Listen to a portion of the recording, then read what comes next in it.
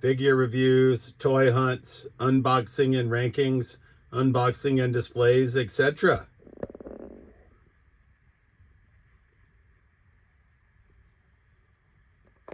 All right, YouTube, welcome back to Trolls Toys. In this episode, we're going to be doing an unboxing of, I'm going to call it military/patriotic figures, because that's, you know, I'm into G.I. Joe and Action Force. So representing Action Force 0508, we got Trigger. Representing Marvel Legends, we already took Mr. Hyde's head out, but we're going to use him anyway because we want to finish Mr. Hyde. We got Civil Warrior, who we're going to use with G.I. Joe, right? It's like a G.I. Joe bat. Representing WWE Elite Collection, we got Military Hogan. I think this figure is badass. And you say I should probably leave it in the box. Box is ripped. Plus, I just want to get him out. I think he looks really good. So we're going to take him out of the package. Plus, we want to build Mr. Perfect if we can. And we're going to have multiple lines in here. I mean, duplicate lines, because obviously military. So representing G.I. Joe, we're going to have number 53 in the classified series, Sergeant Slaughter. Representing WWE Elite Collection, we're going to have All-American Lex Luger. And we don't have his extra hands, but that's all right. We can steal hands from his Ultimate when we open it. And this one's going to be a little bit large, but 12-inch Joes. Representing G.I. Joe 12-inch, we're going to have Rapid Fire, the Ultimate Commando. Toys R Us exclusive, but we're going to get him out of the box. This box is just way too damn big. We want to get him on display with our other 12-inch Joes. Plus, we got him for like $8. The big Joes aren't worth much, but I still like them. So since All-American Lex Luger was loose, we're going to start out with him. I had this figure. He's part of the SummerSlam Build-A-Figure referee John Cone wave. I decided to tap out on John Cone. Thought about keeping Lex, didn't. Then regretted it, went back to get him from That's Entertainment where I'd traded him, and he was gone. So to find him loose is great. He only comes with Fists of Fury, right? But the Ultimate Edition Lex Luger is just sort of because he's just in all black. I think this All-American Lex Luger is quite badass, right? So I'm happy to have him back in the family at a very minimal price. One of my few regrets. I don't normally regret trading things, but this is one that I did. Normally we only have one of each. We said we were going Ultimate or nothing, but the Ultimate Lex Luger is just very plain Jane, whereas I like this Lex Luger way better. So we got Elite Collection SummerSlam All-American Lex Luger. Represent Marvel Legends, we're going to have Civil Warrior, and it says in an alternate shambles. In an alternate Earth, ravaged by civil war, Captain America assumes the mantle of Civil Warrior. And we're not big into Marvel. We wanted to build Mr. Hyde, so we did. So his box is already open. But I just thought we could make him like a G.I. Joe version of a bat, since he looks like a robotic. So that is what I'm going to do. We can just pretend this A on his helmet stands for America, because it obviously does, and that works with G.I. Joe.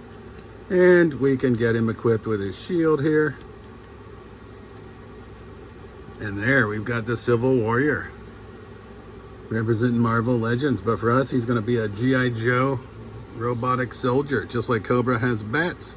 Now G.I. Joe has Civil Warriors. So he's looking pretty sweet. So that's our second figure that we're going to get out of unbox. Damn it, shambles. That we're unboxing related to military or patriotic themes. Next, representing G.I. Joe Classified, we're going to go with number 53, Sergeant Slaughter. We had found ours at the toy vault, but we realized he was missing his alternate hands. I thought would be no big deal, because I could take the hands from like number 139 or 129, whatever it is, Mad Marauder, Sergeant Slaughter, and use them. And I'll be damned if they didn't fit. Right? The pegs were just completely different sizes. So this Sergeant Slaughter came with his box, but he has been pre-owned.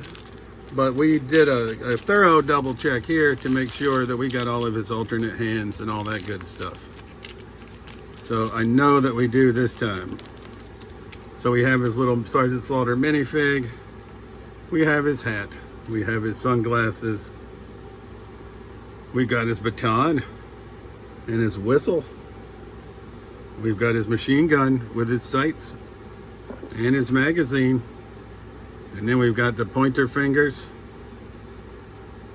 We've got the gripping hands, because he's got Fists of Fury on him, which we're going to change. And we've got these sort of splayed out hands. So we got everything this time. So we're learning to be more observant. Yeah, so here's how we're going to display the Sarge. Right. G.I. Joe wants you to join the fight. Drop and give me 50, you filthy maggot. Right, so Sarge is looking pretty good. I do like this one better than the Mad Marauder's version, just more iconic. The Action Force one is pretty good, and we're getting an earlier Action Force one, I hope, in the near future. So I'm quite stoked to have 53, though, complete. Instead of missing his hands, we got him where he could only display a weapon because he only came with the gripping hands. And like I said, his Mad Marauder's hands wouldn't fit, so that sucked. But now we're in good shape. Number 53 from G.I. Joe Classified, Sergeant Slaughter. So we have All-American Lex Luger, Civil Warrior, and Sergeant Slaughter. All right, representing Valaverse, we're going to have Trigger, number 0508. And their file cards are always quite lengthy. File name, Buchanan, Alston, Primary Specialty. 11B, Automatic Rifleman. Secondary Skills, 190 Cavalry Scout. 19D Cavalry Scout, Shambles. 11C, Indirect Fire Infantryman. Birthplace, Fort Riley, Kansas. Rank affiliation, Staff Sergeant, Action Force. Typical Army brat of a third-generation infantryman. Trigger and his sister spent most of their childhoods being shunted from military base to military base. They saw little of their father during his deployments and were raised primarily by their aunt after their mother died. The day after his high school graduation, Trigger enlisted in the United States Army. During Trigger's one tour, he served with distinction while battling pirates in Laos, helping evacuate the U.S. consulate in Panama, and participating in hostage rescue operations in Chile. Due to his actions, Trigger was given a special commendation and recommended to the 101st Airborne Screaming Eagles by his commanding officers. Sorry for this just bouncing around. I can't get it focused. Unfortunately, Trigger's arrival at Fort Campbell coincided with the dissolution of the United States. Trigger opted to remain in Tennessee, though a later review of documents reveals that although he continued to serve with the Republic of Tennessee's military, he neither formally enlisted nor applied for citizenship in the Republic. He was last stationed in Fort Tennyson, formerly NSA Mid-South Naval Base, before beginning his affiliation with Action Force. All right, I do appreciate how Trigger's glasses are sculpted into his head. He comes with his weapon already on his pistol already on his side. He does come with a headset if we're so inclined. We're not. He comes with Fists of Fury. He comes with gripping hands. Right? And he comes with more splayed out hands. But we're going to use the Trigger hands that are on him because his name is Trigger after all, and we got to get his big ass gun into his hand. All right, we struggled mightily to get this little stand into the gun, but I finally did it. And then we struggled a little bit to get Trigger's trigger finger into the gun, but we did that too. I do like the tattoo, right? That looks pretty good. Trigger's pretty badass. Right? We also have an alternate head for him, I believe. Let me look at our Head Pack Alpha and see if we got an alternate head for Trigger. And from Head Pack Alpha, we do have an alternate head for Trigger if we wanted, sort of a screaming sculpt, whereas on figure, hat comes on backwards with the sunglasses on, and on this one, hat comes on forwards with the sunglasses off. I believe I'm going to leave this one on, though, but it is nice to have an alternate. I do like how Action Force has the alternate head packs, and I wish G.I. Joe sort of did the same. I say it over and over. The Action Force weapons and accessories are just way freaking better. Yeah. A big fan of G.I. Joe, obviously, but Action Force, in Action Force, every figure comes with a stand, which is also badass. So, figure number 4, 0508, Trigger from Valaverse Action Force. All right, representing Elite WWE Elite Collection, we're going to go with Hulk Hogan. Military fatigues. It says, from Venice Beach, California, height 6'7", weight 302 pounds, finisher, the leg drop. Career highlights: WWE Champion, World Tag Team Champion. The two biggest forces in WWE prepared for combat when the Hulkster teamed up with the Ultimate Warrior at SummerSlam 1991. And it's Build-A-Figure Mr. Perfect. So we got Hogan. We got to look out for Zeus. I don't give a shit about Dolph Ziggler, and Jey Uso would be all right, but we'd probably just keep Zeus and trade these two away. But we do want to, maybe, if it doesn't cost too damn much, we'd like to build this Mr. Perfect. And I know we basically just need to see who has his head, because we could use any suited body, basically. Let me tell you something, brother. Rest in peace, Hulk Hogan. I know, yeah, you may all have your views on him, but from a wrestling perspective, he's one of the best that ever do it. right? As far as not maybe in-ring talent, but as just overall fan appeal and things of that nature. I know in his later years, not so much, but I thought this figure was badass. I was happy to find it. He does come with another pointer finger for the other hand. He comes with a gripping hand for this pointer finger hand, and then he comes with splayed out hands, like if you wanted to do where he's, you know, doing his little ear thing where he's calling out to the crowd. He also comes with a mask, I guess. I don't know. I don't remember this gimmick. I gotta say, that looks a little bit odd. I don't really remember that. I'm not gonna use that. But it's alright that it came with it. That's cool. Right, but I really just like the appeal of this figure, and I know 7-inch. I wish he was the same height as G.I. Joe's, right? Right, because here he is compared to Sergeant Slaughter. But I might still display him with the Joes anyway, right? So there he is, because Mattels are 7-inch, whereas G.I. Joe and Action Force are like 6.5. I mean, I realize the Hulkster's a little bit taller. I don't know how tall Sergeant Slaughter was. I'd have to look that up. But this figure is just badass. I've seen people put it on eBay where they pair him with some weapons and say he's like a WWE G.I. Joe crossover. We might do the same thing. But he looks pretty damn smooth. I couldn't pass him up. And I know you say, well, maybe you should keep him in the box. The box is ripped. He's not going anywhere. That's probably my favorite Hulk Hogan figure that I have, even though it's not an Ultimate. I just love it because it does tie in with G.I. Joe. Right? So it is fairly badass, right?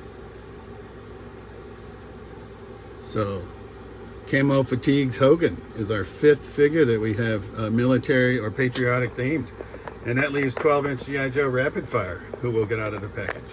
All right, and Rapid Fire took quite a while, but I gotta say, Rapid Fire, it's pretty nice getting a brand new crispy 12-inch Joe out of the pack from the mid-90s. Comes with a grappling hook. He does come with rope that I don't have on figure. He comes with goggles. Got his machine gun with a bayonet here. Got another gun here. Pistol, knife, and he came with 6 grenades. I don't really know, and they just hang out the pockets, but we just put 2 on him for now. But I gotta say, you know, like I said, I might be the only person on the planet that likes these 90s 12-inch Joes, but I like them. But I like G.I. Joe in all formats, and these are very affordable. They do take up quite a bit of space, which is the unfortunate part. I'm going to put a stand on him because if he falls, we're going to have a fig-tastrophe. He doesn't actually fit in frame, unfortunately. I'm going to try to read his file card. It says, Codename Rapid Fire, Ultimate Commando. File name, Bobby London. Primary military specialty, Fast Attack Expert. Secondary military specialty, Sabotage. Birthplace, Seattle, Washington. Grade 03 Captain. Training and intelligence are all I need to crush Cobra.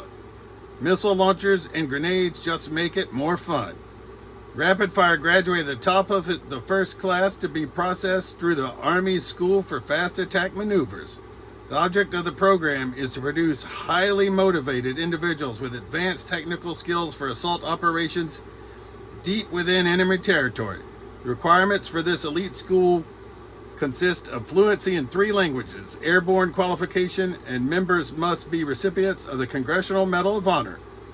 Rapid Fire exceeds all these requirements and also has the added ability to give decisive orders during difficult situations. More than once, he has led troops to victory despite being outnumbered by attacking Cobra regiments. If he keeps it up, he'll be calling the shots at the Pentagon soon enough. And this is not a character I was familiar with, Rapid Fire, and that's why we got him. I don't know if he ever had a small Joe. I think he was just made for a 12-inch Joe line, but I think he's quite badass, right? So we unboxed 6 patriotic / military figures in this episode. We got All-American Lex Luger, Civil Warrior, Sergeant Slaughter, 53 G.I. Joe Classified, Trigger from Action Force, Hulk Hogan military fatigues, and Rapid Fire. So now I got to give myself the unenviable task of ranking these. Well, I don't have to, but I will. I must say, first off, all of these figures are badass, right? I love them all. I'm going to go 6th place to Civil Warrior, mostly because I think he's pre-owned, so he's a little bit loosey-goosey. I didn't realize that when I bought him because he was in the package, but that's okay. He's badass. Plus, I'm just less familiar with him. For 5th place, we're going to go with All-American Lex Luger. Right, just because he's badass as well, but we got to rank him somehow. Fourth place, I'm going to go Rapid Fire, right? I do think he's a badass figure. We're not going to try to put him in order here. Third place, I'm going to go with Trigger from Valorverse Action Force. He is quite a menacing looking figure as well. I do love the sculpt. I like the tattoos. The weapons are obviously awesome. And that leaves only two. We got Sergeant Slaughter from G.I. Joe, or we got Military Fatigues Hogan from WWE Elite Collection. And I'm going to go second, I'm going to go Sergeant Slaughter, right? Because I didn't realize this Hulk Hogan existed. And when I saw it, my buddy sent it to me on eBay. I had to look and try to find it. I found it at the Toy Vault in North Attleboro. So then I had to purchase it. So winning the rankings of our military fatigue / patriotic action figures, we're going to go with this camo military fatigue Hulk Hogan. And as always, this has been Trolls Toys. I truly appreciate you watching my videos. And we'll see you soon. Peace.